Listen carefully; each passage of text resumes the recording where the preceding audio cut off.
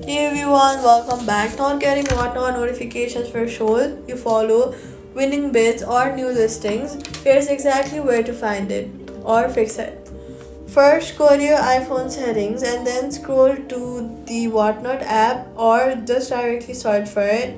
Once you find it, tap on it and then tap notifications.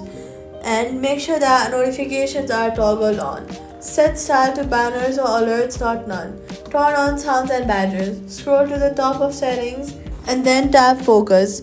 Once you find focus, go through each focus mode you use. Do not disturb sleep. Then go ahead and make sure that Whatnot is not silenced in the app list.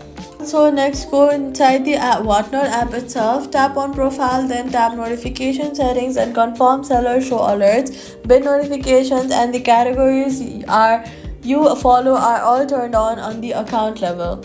Since Whatnot has its own granular notification controls inside the app that work independently of iPhone system settings. So all you've got to do is go to settings, Whatnot, allow notifications on, focus checked, and in-app notification settings confirmed. Alerts arrive and that's it. Subscribe.